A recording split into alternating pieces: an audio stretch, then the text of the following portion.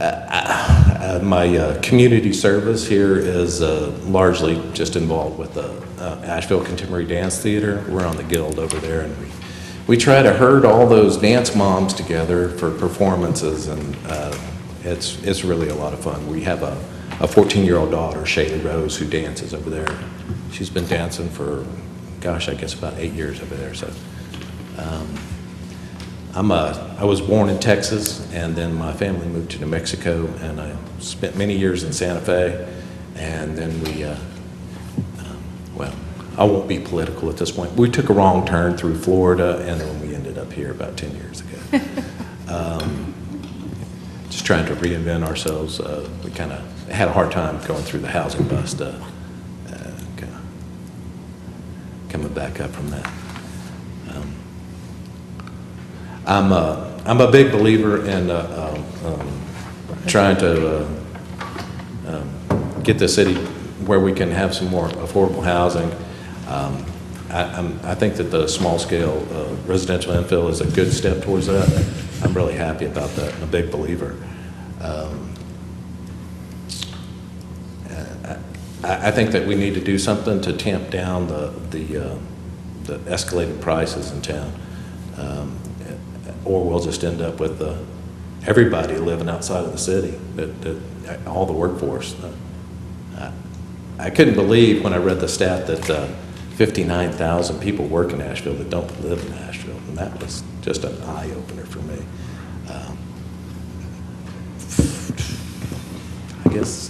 I guess that's about it.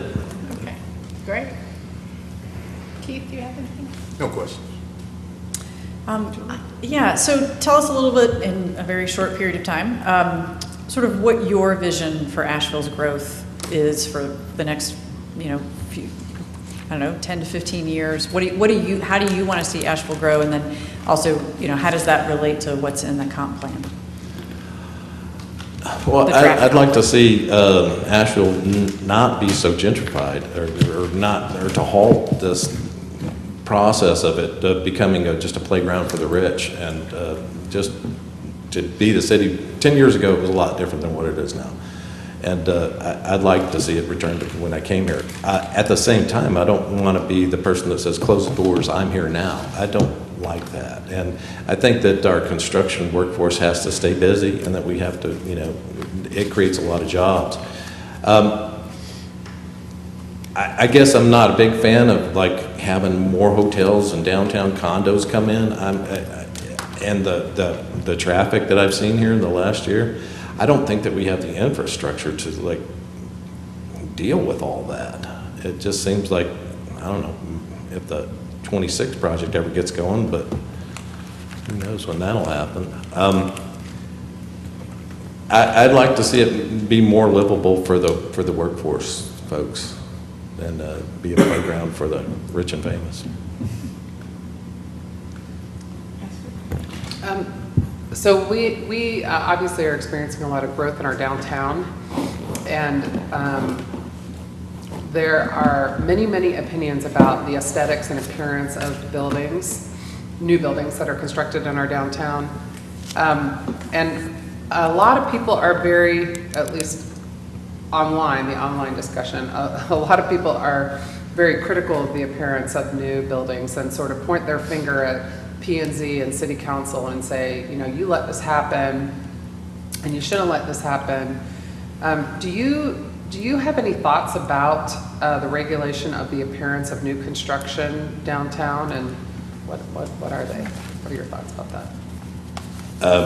I believe that the design on the projects that are going up is pretty great. I mean, I really like the style, and I think that we should have a mixture of the historic buildings and modern architecture.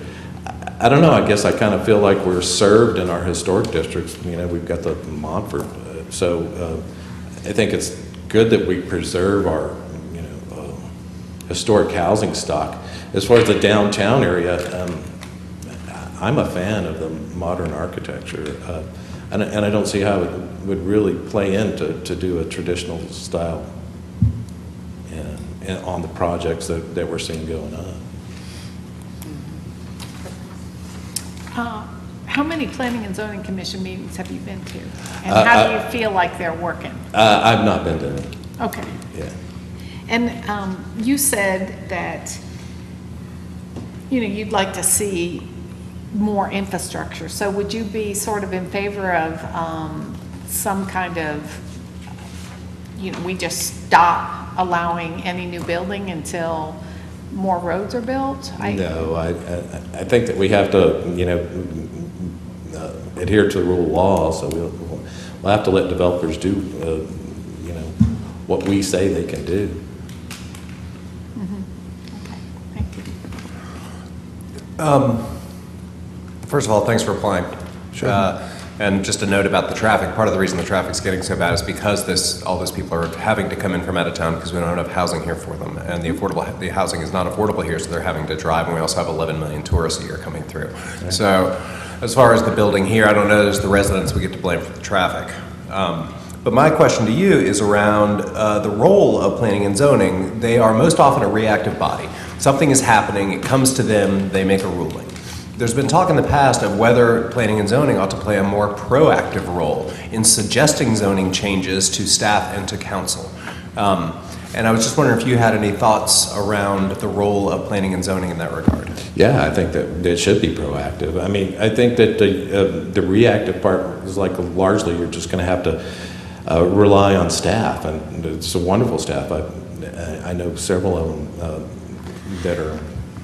I think they're doing a great job. So, I mean, when they come in with their recommendations, I don't know that you would say rubber stamp, but I mean, I think you got to go with city staff. They're doing a great job, I think.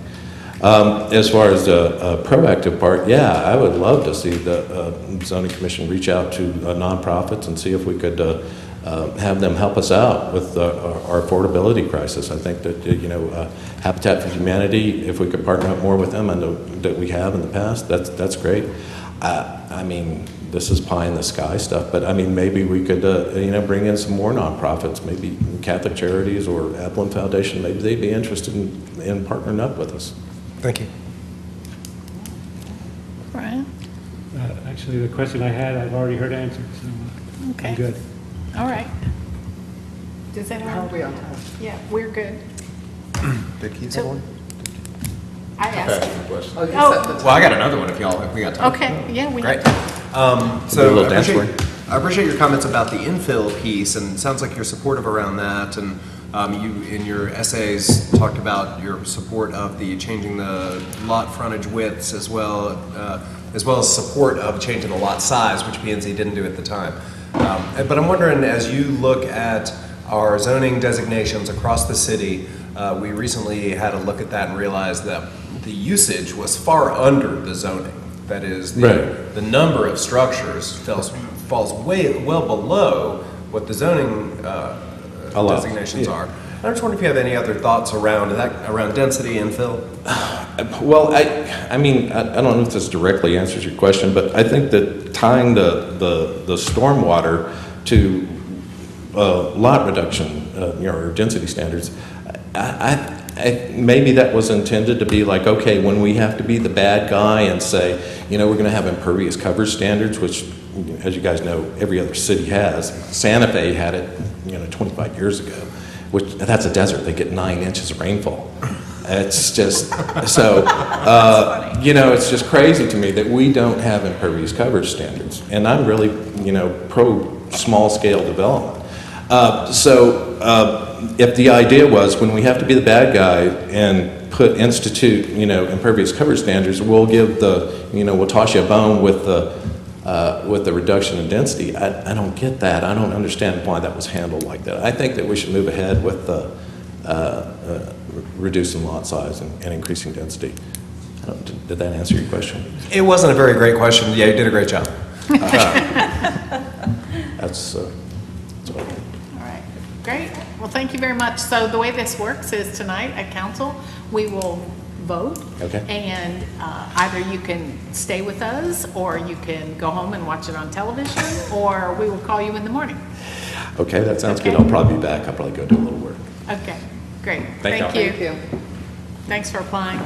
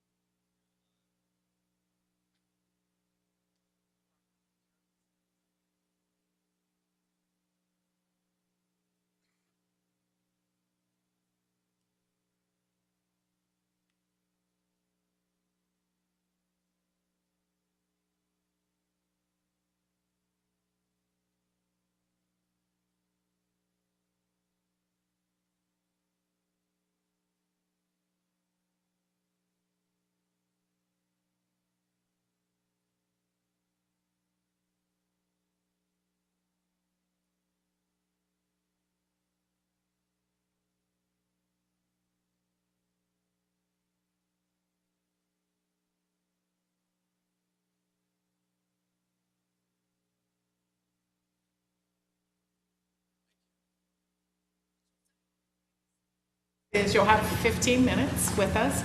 We are being televised. Okay. So what I would ask you to do is go ahead and introduce yourself and tell us a little bit about why you want to be on planning and zoning, and then we'll ask council members to ask you questions, and it'll be a Q&A. Okay? Thank you. My name is Rob Carroll, and I'm originally from Ireland. My wife and I came to the United States 32 years ago. And we spent most of those 32 years in the Washington, D.C. area, where I was an architect. And 2 years ago, I gave up the daily grind, and I retired, and we moved to Asheville. I spent most of those 30 years working for government, federal agencies as a contractor, managing their design and construction projects. And I would like to be on the Planning and Zoning Commission so that I could give of my knowledge and experience in the world of architecture and urban development in an advisory capacity. All right. Brian? Sure, I'll go. So my question is, how do you feel about the rate of growth that's taking place here in Asheville, and what effect do you think that has on affordability? I would have some caution about the rate of growth, but it's a fine balance. You don't want to inhibit growth because then it kills interest in growing the city. How you balance that with maintaining enough affordable housing is difficult. You have to create incentives to developers, real incentives, so that it is attractive for them to provide a good percentage of affordable housing. And that's an ongoing thing. The market will go up and down, and so the incentives will become more attractive or less attractive according to what's going on.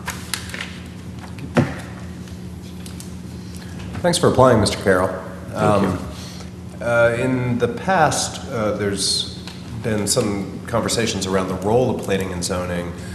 They are largely a reactive body, in that someone is developing something or initiating some sort of rezoning, and it comes to P&Z, and P&Z just deliberates and decides. Yeah. There's some question over whether the body ought to be a more proactive body, recommending and advising council on zoning changes that might be helpful in advance of things coming forward. And I'm wondering what your thoughts are on the role of the body. I think it should be proactive without being intrusive. Ultimately, you are the people who make the decisions. But to get as much counsel as you can from various sources, I think, is a good thing, if I may say, for all of you. Thank you. Okay. So if you've attended Planning and Zoning Commission meetings, how do you think that body's working, and what would be your recommendations to improve the process? I was at the meeting last month. I thought it worked very well. The chair ran the meeting well, and the community involvement was evident, and I thought that was very heartening. There's obviously there's a real sense of wanting to involve the community in decisions and in the background information leading up to those. And that was evident, and like I say, it was a heartening. So I thought the meeting went well. I thought it had a good impact, and I wouldn't, if it ain't broken, don't fix it. Okay. Patrick? Good afternoon. Good afternoon to you. We have a pretty robust conversation happening in our community amongst those who are paying attention to planning and zoning and development about the aesthetics of new construction in our downtown. So the new hotels mostly going up, and some commercial, some housing obviously is going up in downtown as well. Do you feel that the city needs to regulate the appearance of this new construction more than it already does through the downtown master plan? That's a tough one for an architect, isn't it? And it's meant to be. this the kind of thing I you think guys the city should regulate the framework within which design develops, but not the design itself. That sounds like just passing the buck, but that's really what you're talking about. Developing a solid framework within which designers have freedom, but it doesn't let them go crazy. So right now, for example, there's guidelines like a building has to come to the street frontage and it goes up 2 stories and then it's stepped back. That's what you're talking about. Don't get into olive green or rust. No, don't. And because you'll stifle innovation if you do. You may stifle innovation if you do. And that would be a bad thing. In that regard, we have a mandatory design review and voluntary compliance. Does that make any sense to you? No, I mean, if you're saying that the compliance should be a function of government as well, or? Well, yeah, my sense is if we're going to have a mandatory review, we should have mandatory compliance, or if we're not going to have mandatory compliance, why have mandatory review? I don't. Yeah, I mean, there is a contradiction there. And why is it so? Yeah. Food for thought. So my question is, share with us a little bit about your vision for how you think Asheville should grow and should absorb the people and the permanent and temporary residents who are coming here. It should absorb them, but it should absorb them with tempered enthusiasm. You know, you want the city to develop as a diverse community, both in population and in the type of business that goes on here. It can't be just Biltmore and beer. There's got to be a lot more than that. So, in the end of the day, it's like a lot of what you have to do. You're trying to balance the public good, common good with common sense, and they don't always go hand in hand. So there is no formulaic way to make sure, check the box, everything's going to be hunky-dory. You work at it every day, and you respond to a changing condition every day. Well, Gwen, if I can just follow up.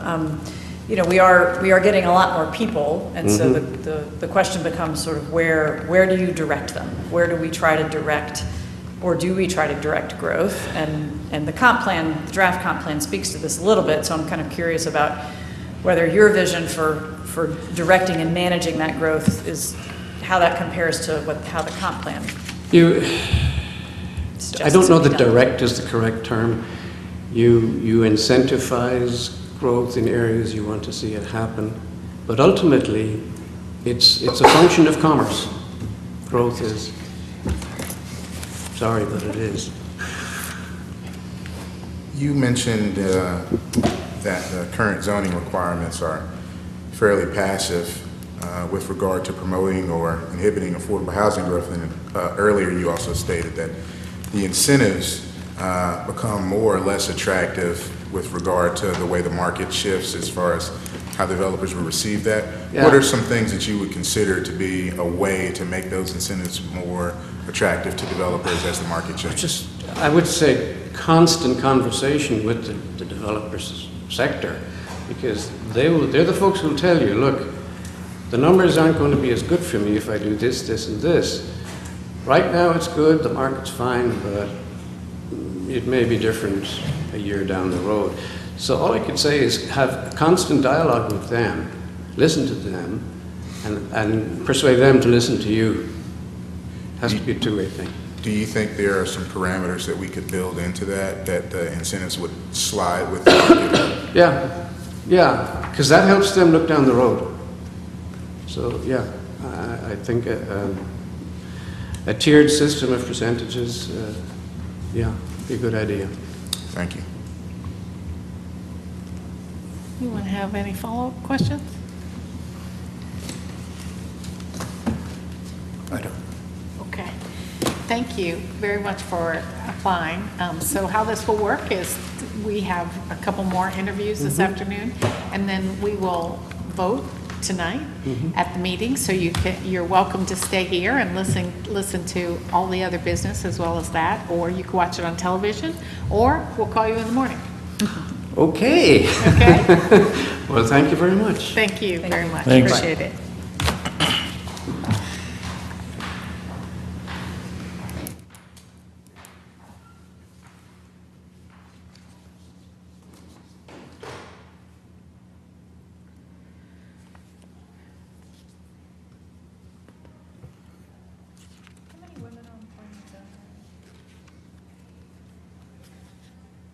Do you know? Laura and Christy. Christy's on. Right.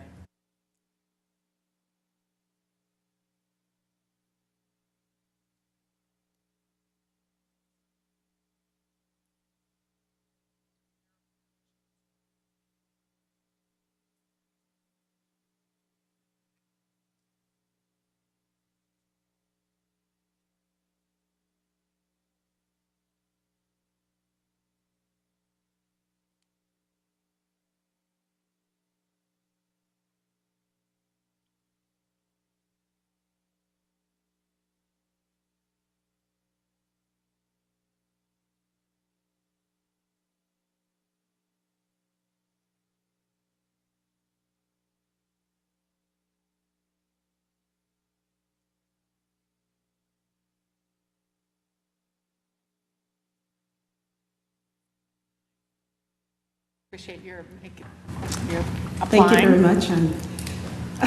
So the way this works is we'll have you with us for 15 minutes and would ask you to introduce yourself and tell us why you want to be on planning and zoning. And then I'll open it up to council members to ask questions, and then it'll just be an informal question and answer period. We are being broadcast, just so you know. Loads of people watching from Oh, home. yeah, there's millions. I mean, the ratings will be incredible. Oh, okay. So if you'd go ahead and get started, it'd be great. Again, thanks for coming. First of all, I'd like to say good afternoon, Madam Mayor, councilwomen and councilmen, and thank you very much for giving me the opportunity to be here today. It's a great honor, and I'm looking forward to working with all of you. Great. So we'll start with Keith. What are your questions? Tell me your thoughts on affordable housing in the city. Affordable housing is a big deal for me. I'm in real estate here in Asheville. I actually was first licensed here in 1986. I returned home 5 years ago because of my aging parents, and I decided to go ahead and get back in real estate after being here for a while and seeing that there was so much need in different areas. And so, and being in this field of real estate, I constantly am asked, have clients looking for affordable housing, and it's a very big need here.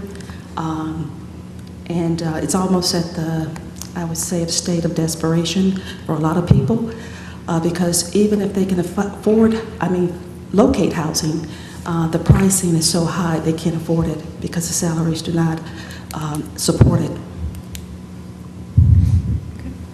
Julie? We'll just go down the line, so, so you don't have know to where wonder look. Okay. who's next. So, hello, thank you for Hi. being with us today. Thank you. My question is, tell us a little bit about your vision for how Asheville should grow. A lot of people are moving here permanently, a lot of people are coming here temporarily. How should we best manage that growth? And then related to that is sort of how does your vision compare to the vision set out in the city's comprehensive plan, the draft comp plan? Well, first of all, I think the comprehensive plan is a very good plan. I viewed it, and it actually sort of aligns with my thoughts and desires for the city. The major concern that I have is because of the growth and the development here in Asheville, I'm concerned about the infrastructure and will it be able to accommodate the growth. So therefore, I think that as far as the zoning, planning, and things of that nature, we have to be very, I think we have to be very careful in how we actually set this up, because basically it will impact Asheville in the future, and the impact can either be good or bad depending on the decisions we make now. Thanks. Yeah. A lot of the questions that come before planning and zoning hinge on interpretation of, I mean, we have attempted to have a unified development ordinance that's clear, and yet things come, it still ends up, you split hairs at the end. Are you inclined toward helping people, helping developers achieve their goals more, or inclined toward regulating them more? You know, when it comes down to that division, do you have a I think both of those areas are very important areas. It's hard to sort of say, of course they need to be regulated, but on the other hand, we have to do what we can to stimulate the growth of affordable housing. So, you know, it's sort of a careful balance that we have to work with. I think that, like, once again, let me say, I just think it's a balance that we have to be able to work with, because both of those factors are very important to what happens to our city going forward. Thanks. Ms. Kilgore, I've asked the other applicants the same question. We have a lot of people that are concerned about the aesthetics, the appearance of new construction downtown, hotels and commercial. We have, you know, mixed-use residential being built downtown. Do you feel like our current downtown master plan adequately governs the aesthetics of new construction, or do you think we should do more to tighten up what everything needs to look like that's built downtown? I think that we need to tighten up a little. The reason being, some of the buildings, as far as the uniform code that you're actually using in West Asheville, I think that's very important going forward with West Asheville. And if you're going to use that code, you know, in other communities, but I think that's something that we need to consider also in the downtown area. Assuming that you've attended a meeting or two of planning and zoning, how do you think it's working as a group? You know, do you feel that they get too detailed, they're too high level? How do you think the meetings function? Well, I think that it's good to have people that disagree, because disagree gives growth to better decisions. And so I think that it's been okay. I think it's been fine, actually, because bottom line, all we do is we advise, we get the information, advise the council, and the council ultimately makes the decision. Okay. The city has, I believe the number is 34 boards and commissions. Excuse me, I'm sorry. What did you say? Something I heard. Could you I'm repeat sorry? that? Could you repeat that, Iris? Move your mic up, Gwen. The city has, I believe, numbers 34 boards and commissions, and they address all sorts of various items, and there are several that deal with affordable housing and homelessness. How do you think planning and zoning ought to be interacting with these various boards and commissions?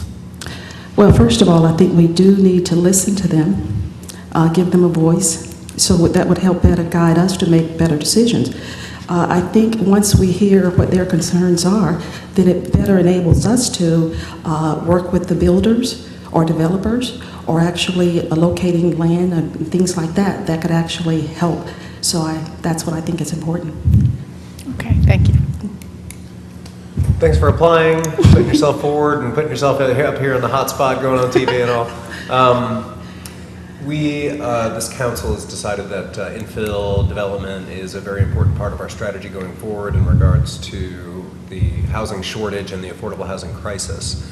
We recently accepted the recommendation of P&Z regarding reducing lot widths and then tacked on the reducing the lot sizes. Yes. In regards to continuing along this infill path, what specific policy recommendations would you make? Well, the thing is with infill, of course, you're looking at other maybe environmental issues that may impact that infill. So I think that basically if we take all the precautionary measures to make sure, you know, that it's actually done right, then I don't see a problem with infill. Thank you. Brian? I'll just ask the same question that I've asked. How do you feel about the rate of growth that we're experiencing in Asheville and the role that it plays with affordability? Well, I think that the city is doing a lot of things to promote affordable housing, and I think we're headed, you know, in the right direction. I'd like to see more, but I basically think that we're going in the right direction. Thank you. Anyone have any other questions? If we've got more time, I've got Oh, we one do, other one. absolutely, Okay.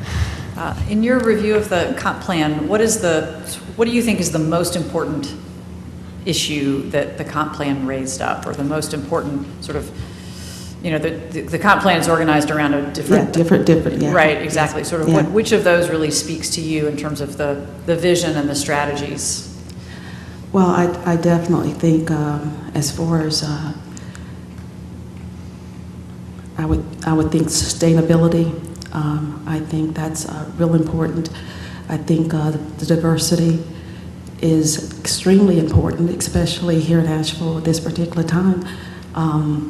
All of the factors I think play, you know, significant roles, but I would sort of think sustainability to me is very important.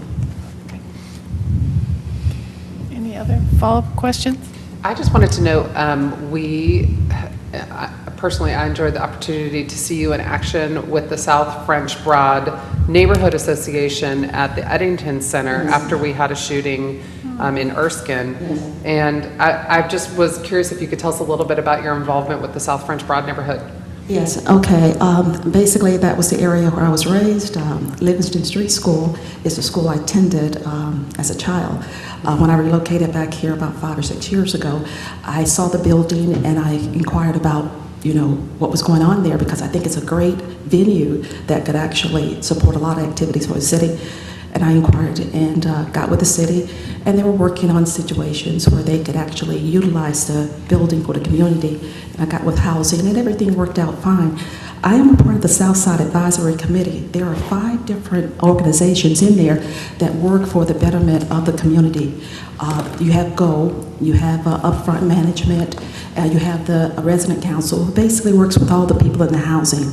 The Southside Advisory Committee that I belong to is the one that actually works with the city. So most of the programs in there are basically somehow now affiliated with the city programs. Southside Advisory goes out and work with the community and try to give them a voice, and that's what we do. We provide education, financial literacy, real estate, information.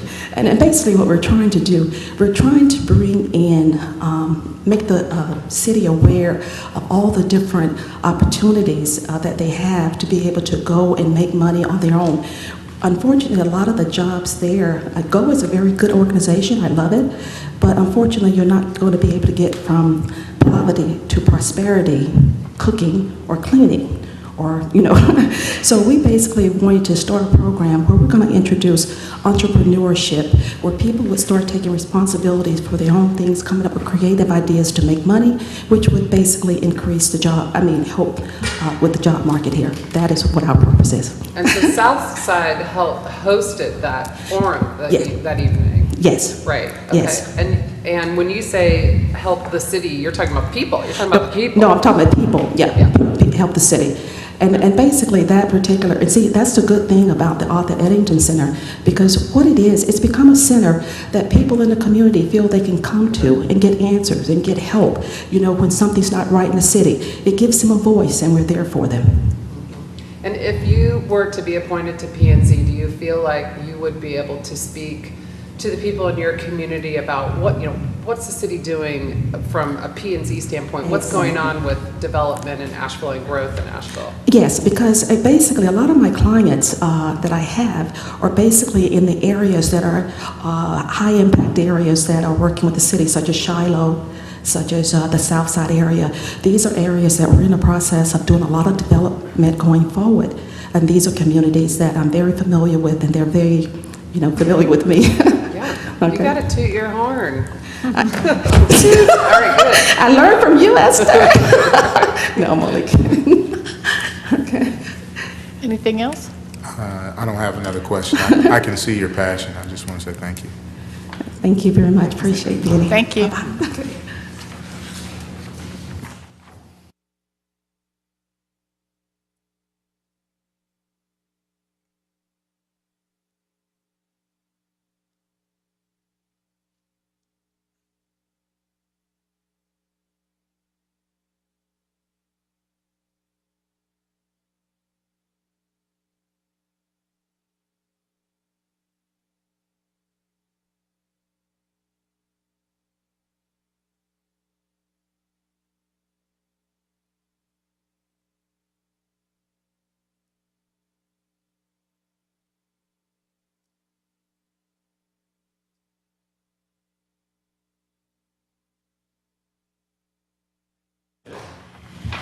Thanks for coming, thanks for applying. The way this works is you'll have 15 minutes. So we started out by asking you to introduce yourself and tell us a little bit about why you're interested in being on planning and zoning, other than maybe being a masochist.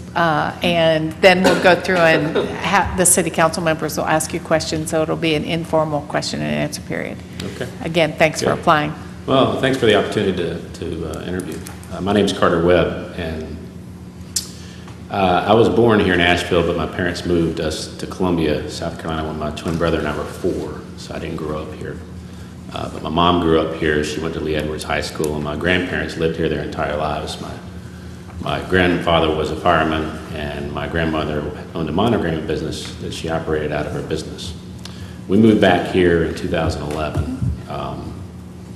And the way I moved back here was to go to law school. I graduated law school when I was 38, and one of the reasons that I went back to law school was to move to Asheville, because there weren't any jobs here at the time. So we moved back here in 2011. I'm an attorney with Strauss Attorneys at our office Central Avenue, downtown, whichever direction that is. My practice is estate planning and estate administration, so wills and trusts and powers of attorney and probate stuff. My wife and I have a daughter who turns 13 next month and a son who turns 10, or who turned 10 in August. Just quickly, some of the things that I bring, some of the qualities, unique qualities that I would bring to the commission, if appointed, is I served on the accessory dwelling unit task force in 2016 and was the spokesperson who appeared before you guys in December. Therefore, I'm pretty familiar with the controversial issues dealing with the ADU, being whether they're homestays or not. I live in South Asheville in Oak Forest, the subdivision of Oak Forest that was built in the 60s.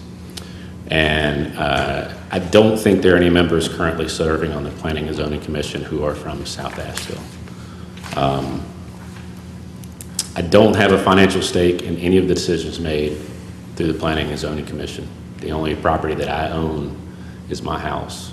I don't own a business that has, I'm an architect, I'm not a real estate agent, so it's very unlikely that I have a conflict of interest. I've been active in the community for the last few years.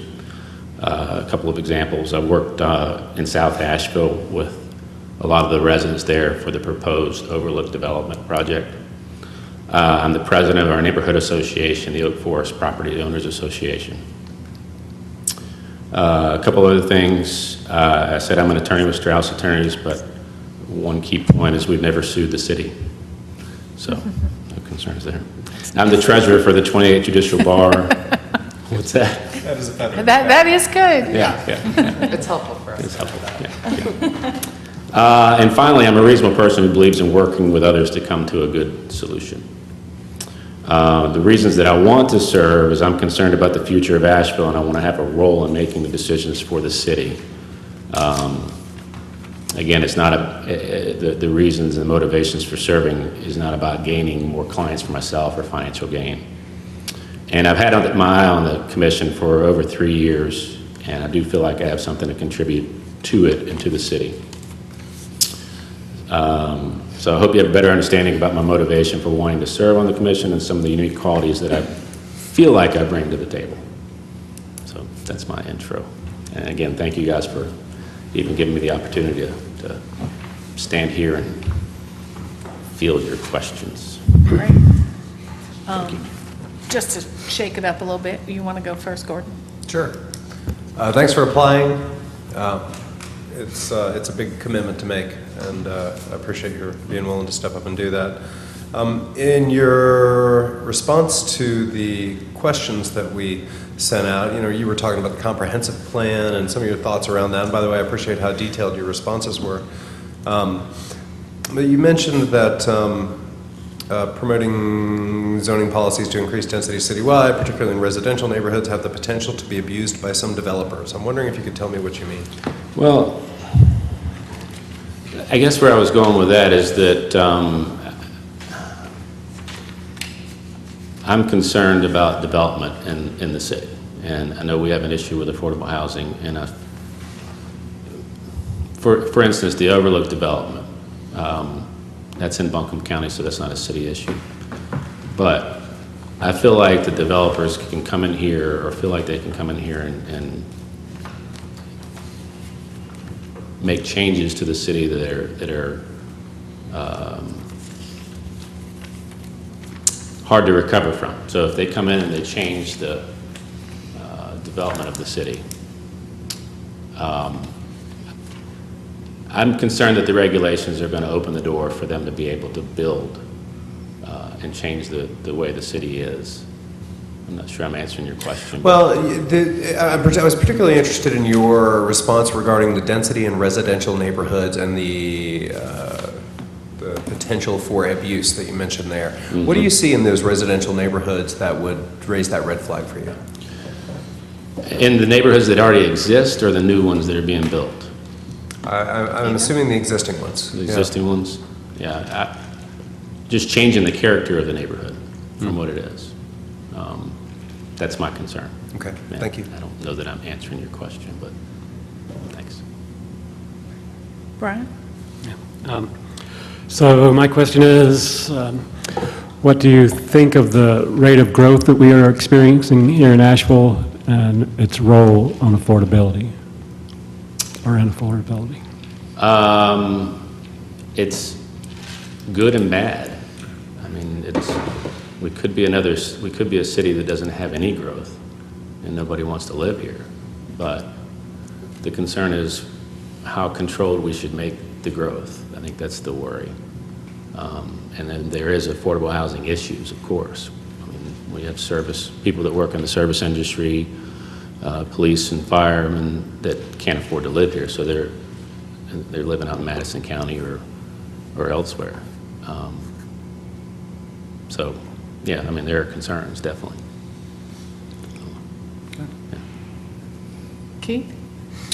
You said I'm planning and zoning for about 3 years. Over that 3-year period, what are some things you've thought about that you would like to address, if you could? Not that you can address it, but things that you'd like to see work differently through planning and zoning.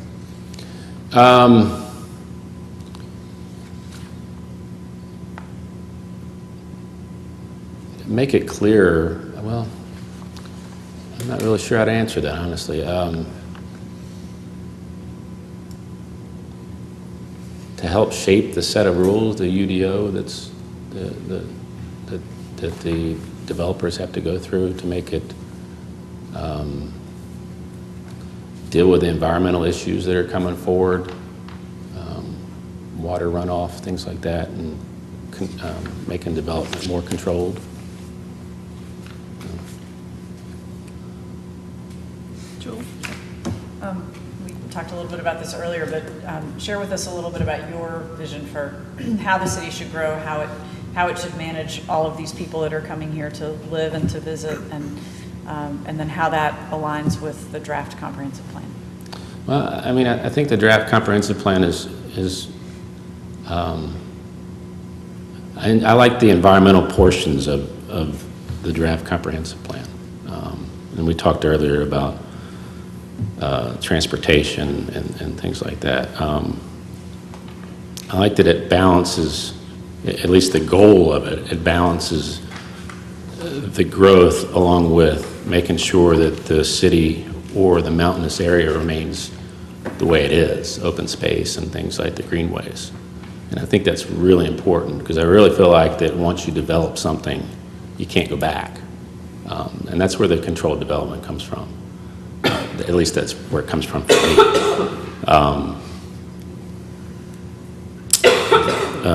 The parks and the open space and dealing with the flooding issues, water runoff and things like that, I think are really important. As far as the growth, I mean, the growth is going to happen because everybody wants to live here, and we're really promoting the city as far as a tourist destination, and the people come to visit and they want to end up living here, and there's only so much space. So, I mean, I think the comprehensive plan, at least from the way I read it, I think it's a good guide to where we want to try to go over the next 20 years.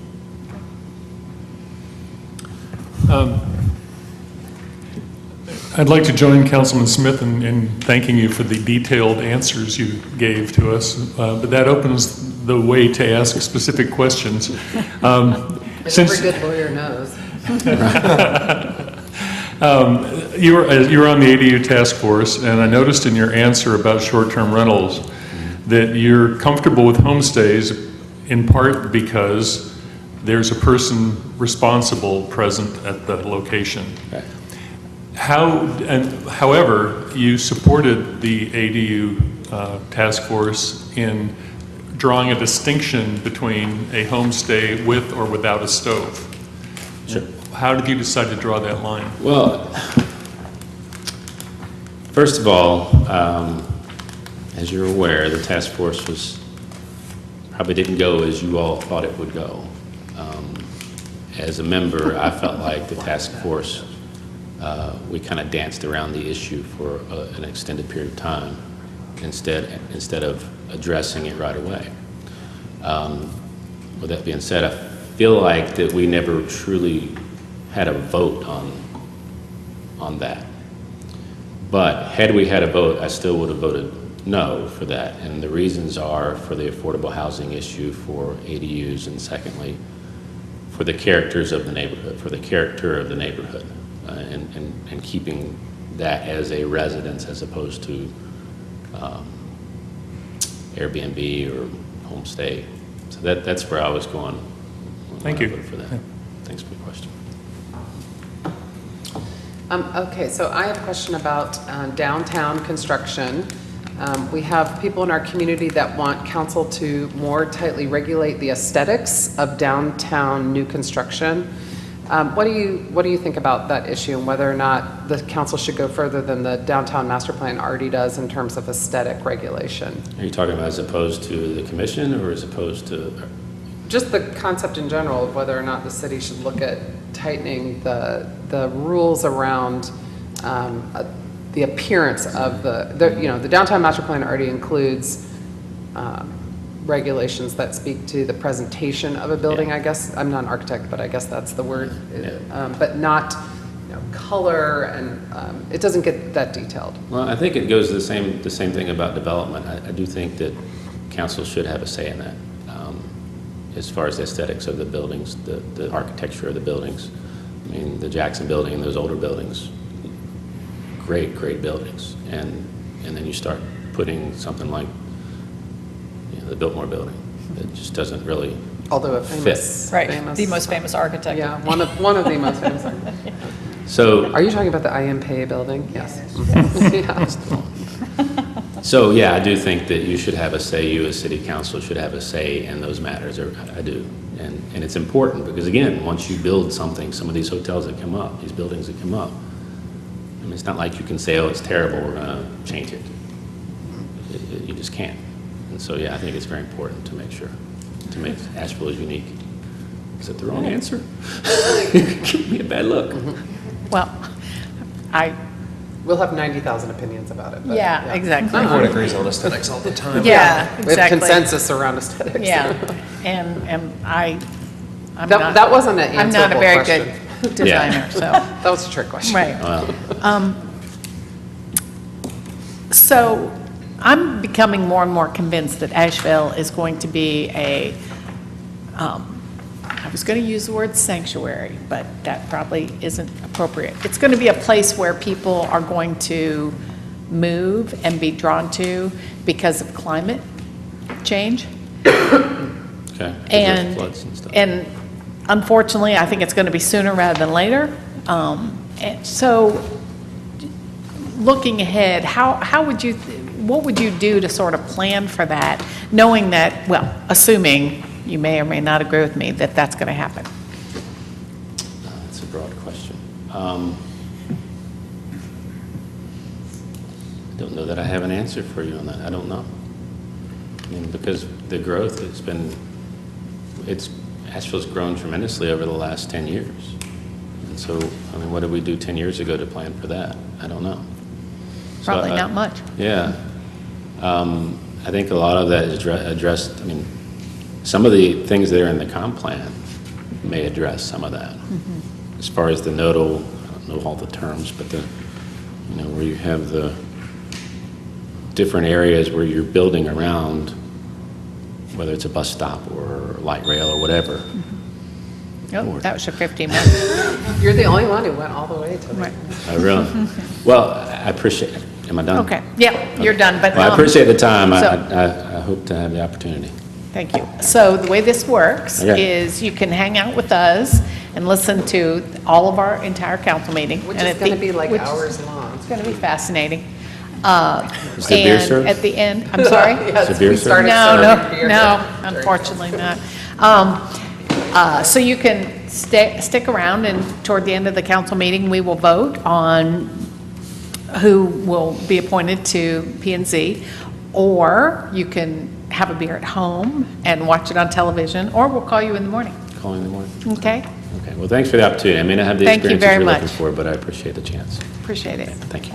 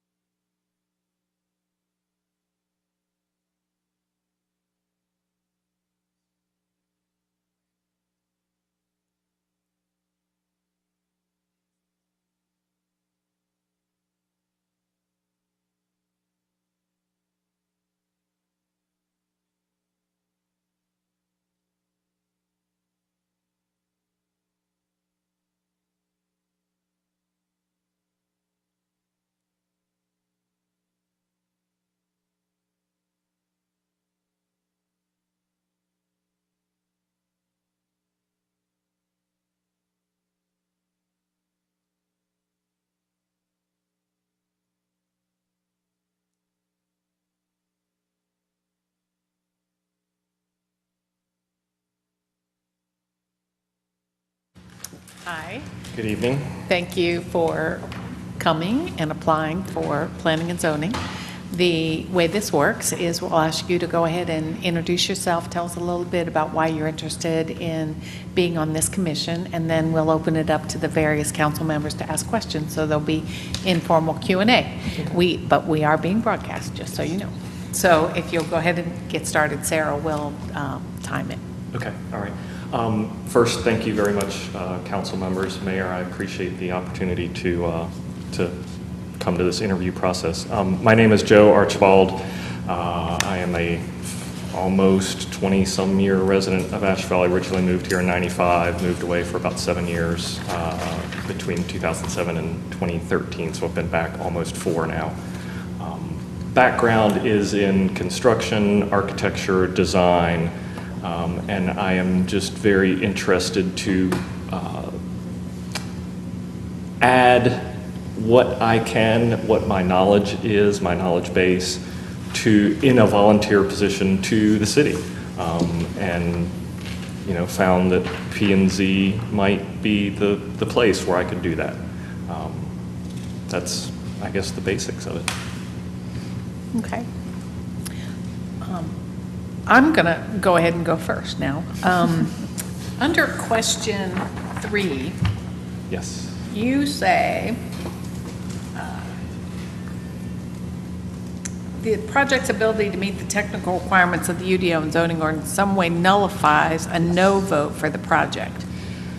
And then you go on to a no vote becomes more a message that the UDO needs to change and adapt to better guide development rather than a denial of the use of private property by the property owner in question. Can you help me out with that a little bit? What do you, it wasn't clear to me what you're trying to say. Sure.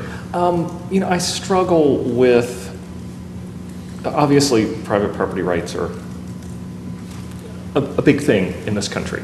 And I struggle sometimes with some of these projects that when I've been to the, you know, to the planning and zoning meetings, struggle with, okay, they meet the technical requirements, everything's fine, but yet they just don't fit.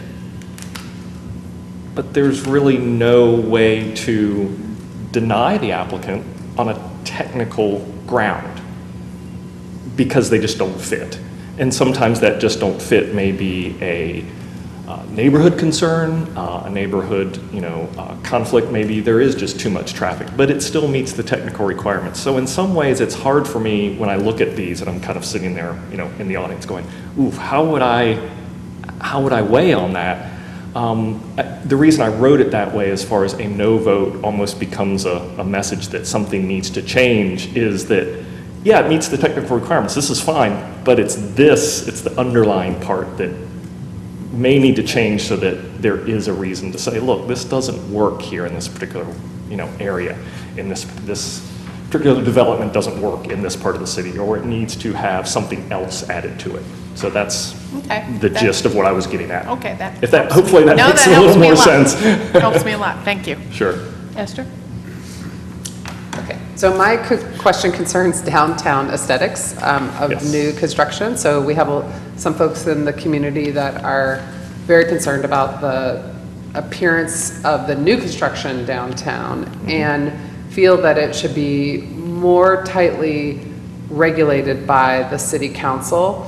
I think there are some people that think we can actually stop development altogether, but I'm not talking about those folks. I'm talking about people who are concerned with the color of things, the presentation.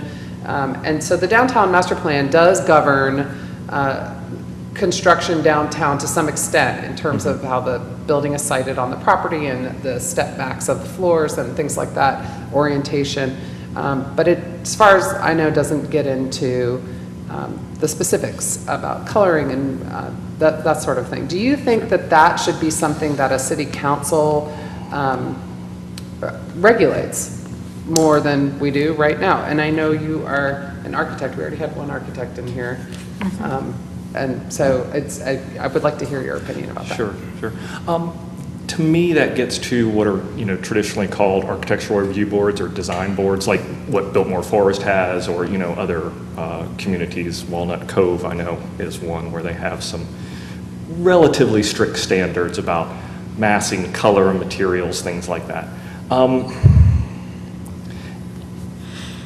If something like that was to be done, if city council felt like that was something to be done, if the planning department felt like that was something to be done, I would think it would need to be that. It would almost need to be a separate design review commission, or the role of P&Z needs to be expanded, adapted to include that, which may not, combining those two things may or may not be the best way. Your meetings would become 12 hours long. Pardon? Your meetings would become 12 hours long. Exactly. And, you know, I mean, I think you're going to have to then write a whole nother book, which is maybe not necessarily in the UDO, it may have to be a separate, but I do think that the form-based codes help with that to some degree. Right. You know, they certainly may not dictate colors, but they certainly help to address design styles. And I've certainly have heard a couple of, actually, people in my profession mention there should be a design review. Then again, I wish BB&T looked like BB&T. Well, it's about to getting look better. a whole lot different, yeah. Yeah, I liked it, but. I have, first a follow-up to that. Currently, we have mandatory design review and voluntary compliance. Does that make sense to you?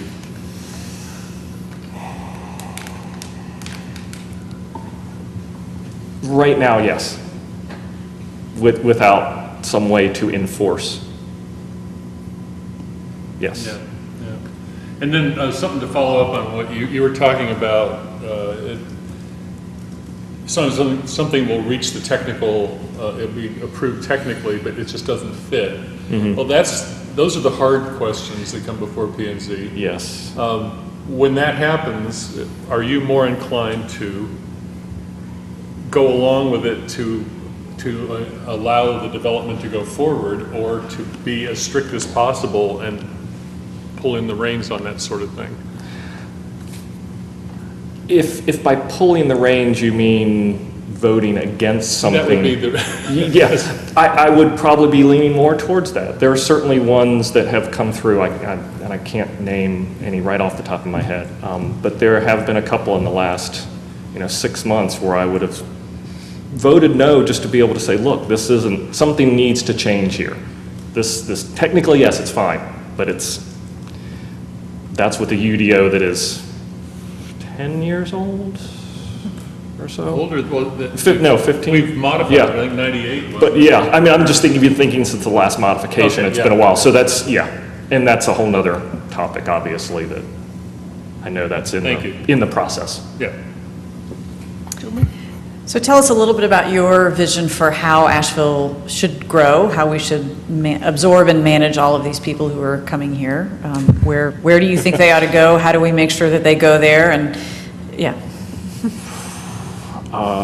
This is how do we how many manage more minutes that? do I- How do we manage that growth is the question. Or tell people where to go, right? Well, I mean, so I'll just reframe it a little. I mean, what is your vision for how Asheville ought to grow to accommodate all of that increased population? I think in as very, very short, there needs to be more infill. Density needs to increase, and unfortunately, that is just not something people want to swallow right now. It's unfortunate because I think by not increasing density, we're actually taking away the things that why people move here. It's just going to keep spreading, and sooner or later, we're going to have houses on the trail next to the trail in Bent Creek, not 2 blocks away, and it's just going to keep going. So to be able to have that nature, to be able to have some of the things that make Asheville, I think we need to have more density, but that's kind of a bigger, broader issue. Or transit needs to be improved in some of the corridors, Merriman, Tunnel Road. How do you incentivize reimagining Innsbrook Mall? I mean, that's, to me, just I wanted Walmart to be 3 stories instead of moving out to the Bleachery. They don't really like that model either. So, I mean, again, I think it's a bigger, broader, how do you get Ingalls to think about instead of the 60,000 square foot project that they're coming up with? So, Great. Keith? Thank you. You can continue on that path and tell us a little bit more about how you feel infill development and density correlate with affordability of the city. I certainly think having more options that are closer to, where the majority of shopping is, and when I say shopping, I'm thinking, kind of the basics, grocery stores, things like that, where there are employment centers, lessening traffic out, certainly would help with affordability because you might not need a car, you might not have to be in your car as long. And then just increasing the amount of units is certainly going to maybe not bring prices down, but it certainly will help to limit the rise of them. And then just having a variety of units too. I mean, having, say, small, even, what am I thinking, studio apartment type dwellings above stores. Think about the Harris Teeter on Merriman Avenue, if that had been developed into a more mixed-use project where there have been apartments integrated with that in a multi-story, maybe only 2 or 3 stories, but to be able to have some units that are within the city, in a variety of styles and types, I think will certainly help with it. Is it a cure? I don't think anything's a cure, but I think it'll help. So, and I would say that I certainly am in that boat. I am not a property owner. I am a renter. So when I moved back, I was deeply shocked at what prices were. Thank you. Brian? I would just ask how you feel about the rate of growth that we are experiencing and the role that it plays with the affordability. I don't think the growth is abnormal. I mean, Asheville's a fairly popular, wonderful place to live. I mean, it seems, if I think back to, like I said, when I first moved in '95, maybe it seems more now, but I think that's just almost more of a tourism thing as opposed to a growth of permanent residents.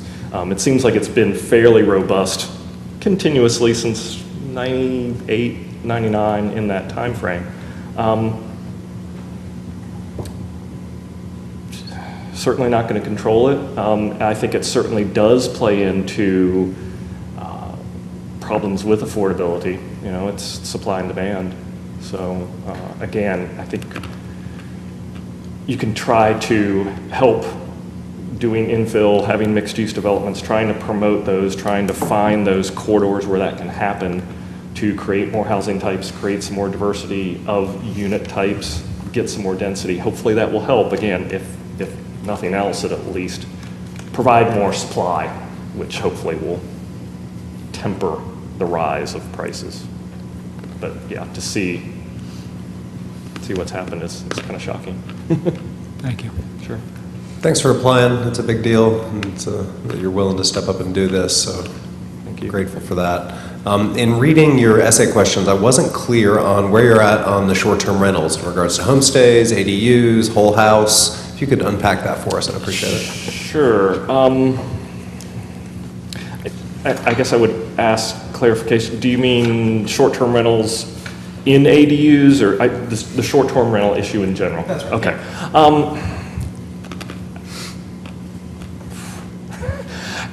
It certainly, there needs to be some regulation, without a doubt. I certainly think that it plays a part in reducing the supply of rental units that are available for long-term, a more normal, what we would think of as normal rental, so 1-year lease type situations.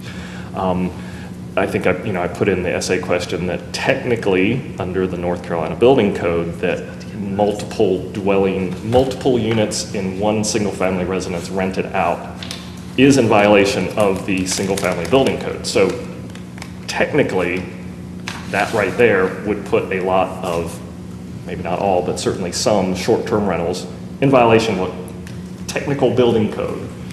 I realize people get around that all the time, hear about it. I don't necessarily have answers to it, but certainly I think something needs to be done with, I was mentioning, I was to Maggie Burleson, I was walking around and looking at some of the developments that are going on and thinking about the mountain housing and the new apartments that are going down the street and wondering how many of those are going to end up being short-term rental units, and just wondering how to control that. I don't know how to do it. I don't have any answers, but Thank you.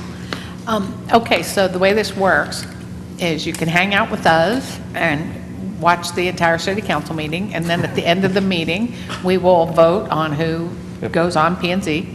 You can go home and watch it on television. It's fascinating. Or we'll call you in the morning and let you know. Again, thanks so much for making the application. Again, thank you all very much for the chance to come interview. I appreciate it very much. Thank you. And thank you for the work that you do for the city. Thanks.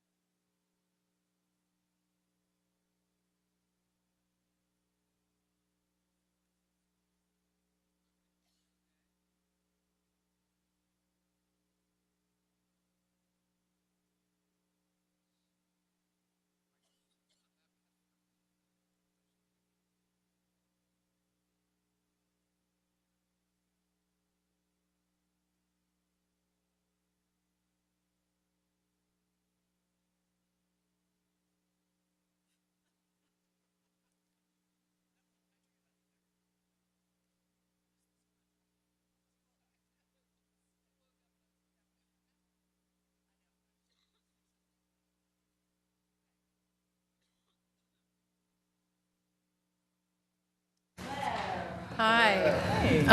So, welcome back. Oh, That's it. okay.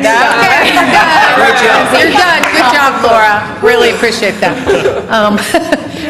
Thanks for reapplying to be on Planning and Zoning. I really appreciate it. You really probably don't have to introduce yourself, but if you want to talk about why you want to stay on. Doesn't Laura predate 3 members of council, right? Yes. Because you've been on P&Z for 3 years, so yeah. maybe she should introduce Oh, herself. okay. Okay. So go ahead and introduce yourself and just tell us a little bit about why you want to Okay. re-up. And then council members will ask questions and we'll have informal Q&A. Sounds good. Laura Burner Hudson. I am a native of Asheville. I moved away after college and studied architecture and came back here with my husband and my daughter. And it's been a challenging 3 years serving on the commission, but I've really enjoyed it. A lot of the decisions have been really difficult. I don't think any of us walk out necessarily thinking we nailed it. There's some I still struggle with today, but in a way, I think I'm just now feeling like I'm getting the hang of it after 3 years. So maybe these next 3 I could be of some use. So. Great. Esther, will you kick us off, please? Okay, so my question is about, this is kind of a funny question for you.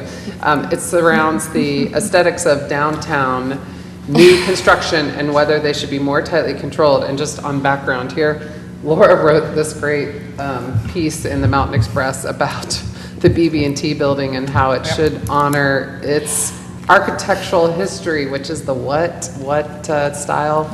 International. I think international my style. critique was that no, it was really well written.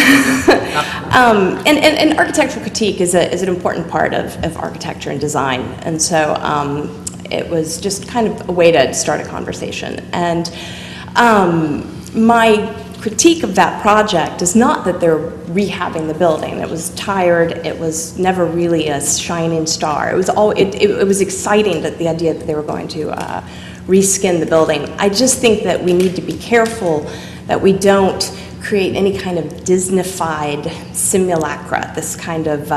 simulacra? It's a great word. I like that. She Say uses that words like again. that in I'm our sorry, office, it's What does that mean? Baudrillard. You don't was drink a it. philosopher. And It's when you lose the simulation becomes the real thing. You lose the real history of something. It's kind of this pastiche. And so, Like Gatlinburg, maybe? I'm sorry? Gatlinburg, there wasn't anything to retain. Well, it's that idea that we become this kind of Disney Art Deco that no longer is authentic. Real, yeah. Right. That was the critique, not that we shouldn't upgrade the building. Right. So the and question was around, design guidelines. so should we more tightly review and regulate? Right now, of course, it's voluntary. That seems silly. I mean, to go through the process, to have design guidelines, and then they have no teeth whatsoever. I think that we have some talented folks. I would try to bring in a lot of the design community to create a really robust design review board, and then I would like to see the guidelines become something that really have an effect on the final projects. All right. Hello. Which way did you want to go? Cecil. Okay. You answered what would have been my first question, which is about that obvious conflict between mandatory review and voluntary compliance. I don't get that. I don't either. Yeah, and I see you don't either. Another question I have is the really difficult questions on planning and zoning really often come down to pretty narrow interpretations. If it comes to it, would you be more inclined to bend toward allowing a project to go through despite the fact that it didn't quite click, or stopping it from going through because it didn't quite click? That's really tough. I mean, The hard questions here when there's no right answer. It's when they... A lot of the projects we've seen don't have necessarily a right answer. What I thought was really frustrating was the level 2 projects that we reviewed for technical compliance, and we would have a whole hearing, and basically they'd been already approved by staff, and we were just blessing them. And that was frustrating for me as a commissioner, not being able to have any input, and as I think for the public who came thinking that this was a hearing that they could participate in.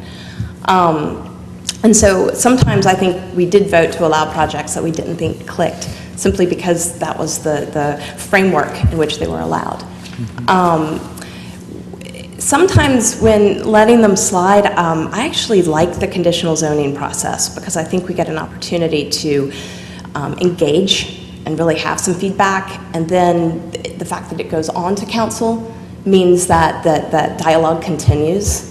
And so I'm probably more likely in a conditional zoning to let something pass through because it's going to get that next level of scrutiny. Thank you. Sure. Thanks. Julie? Hey, Laura.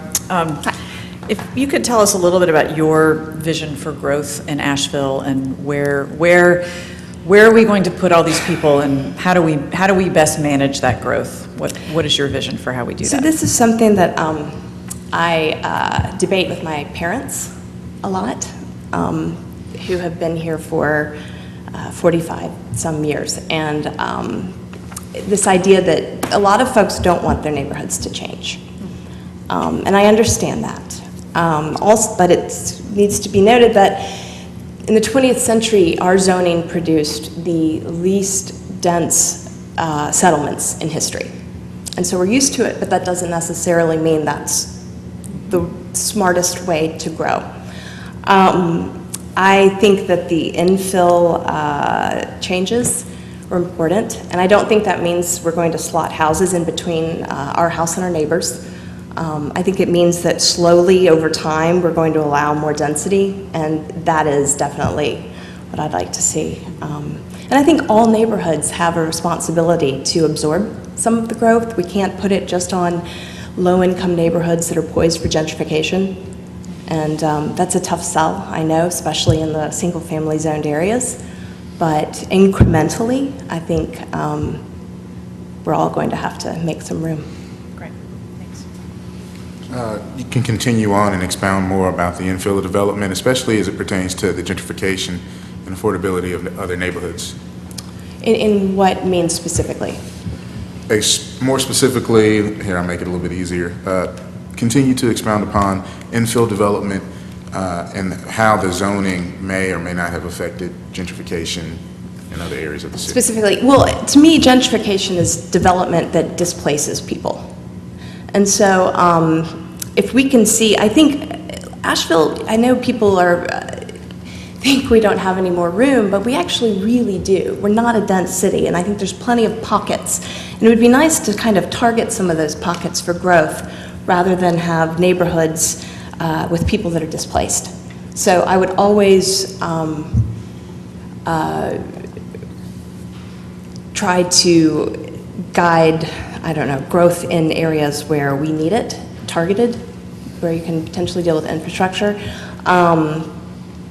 But as far as gentrification, I think an important part also is looking at areas that will be prone, where the perceived value and their actual value are very different, where people know they can go in, start changing things, and make a lot of money.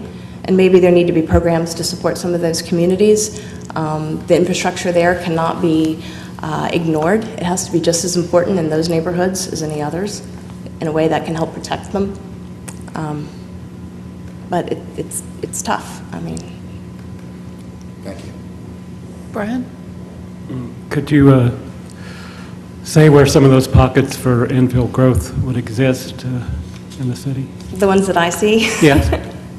I would say mostly around the core of downtown. I think areas of Broadway, especially starting to go out toward UNCA, have lots of opportunity. There are a lot of surface gravel lots, I think, that could be built on. I like the idea of mixed use, keeping things, most people, and I know it's really difficult to build affordable housing. New housing is the most expensive thing you can build. But I don't want to abandon downtown to tourists and just wealthy people. I mean, I think it's very important to keep people that need the services and the convenience that downtown has to offer. So I see plenty of spaces that could be turned over. And I wish we had a way of, I don't know, not necessarily penalizing, but getting folks that are sitting on this vacant land to turn it over.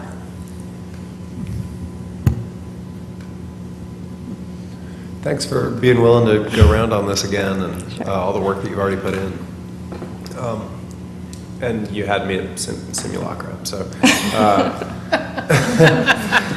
One of the things in your application that struck me that I wanted to follow up on was you were talking about the changes in the rules for hotels and the kind of ethical difficulties with singling out a single use in all of that. And you brought up some kind of middle ground options in all of that, as far as talking about how hotel design could be regulated in such a way as to promote more street level retail and promote other things within it. I'm wondering if you could talk about that for a minute. So, I mean, I understand that the hotel fatigue, they've been happening everywhere, and we get our share of blame on the Planning and Zoning Commission for allowing it, whereas, like I said previously, these level 2 projects we didn't really have a lot of say in. I wish we had.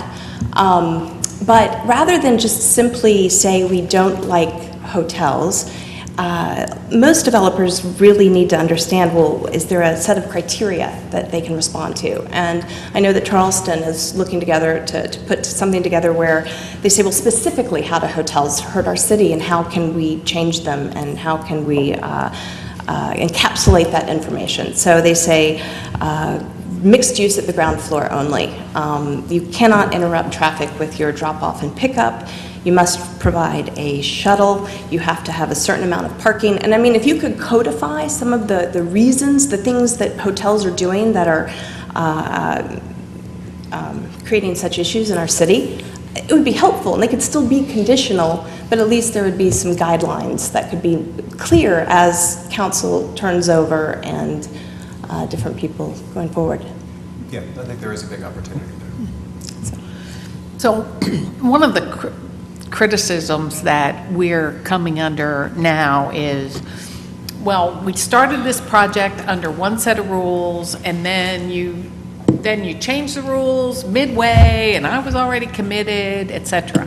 What's your thought about at what point in time a developer should be, quote, grandfathered with older rules versus? I think it has to, I think it could be further along than just we put our application in. I think we can come up with a line that makes sense that says you've far enough along in the project. Have you gone through TRC? You know, so, and at that point, they've spent the capital and the outlay to take that project, and they're invested. But if they simply just have an application in, I don't see that's any reason why we can't move that line over a little bit. So you would make it later in the process?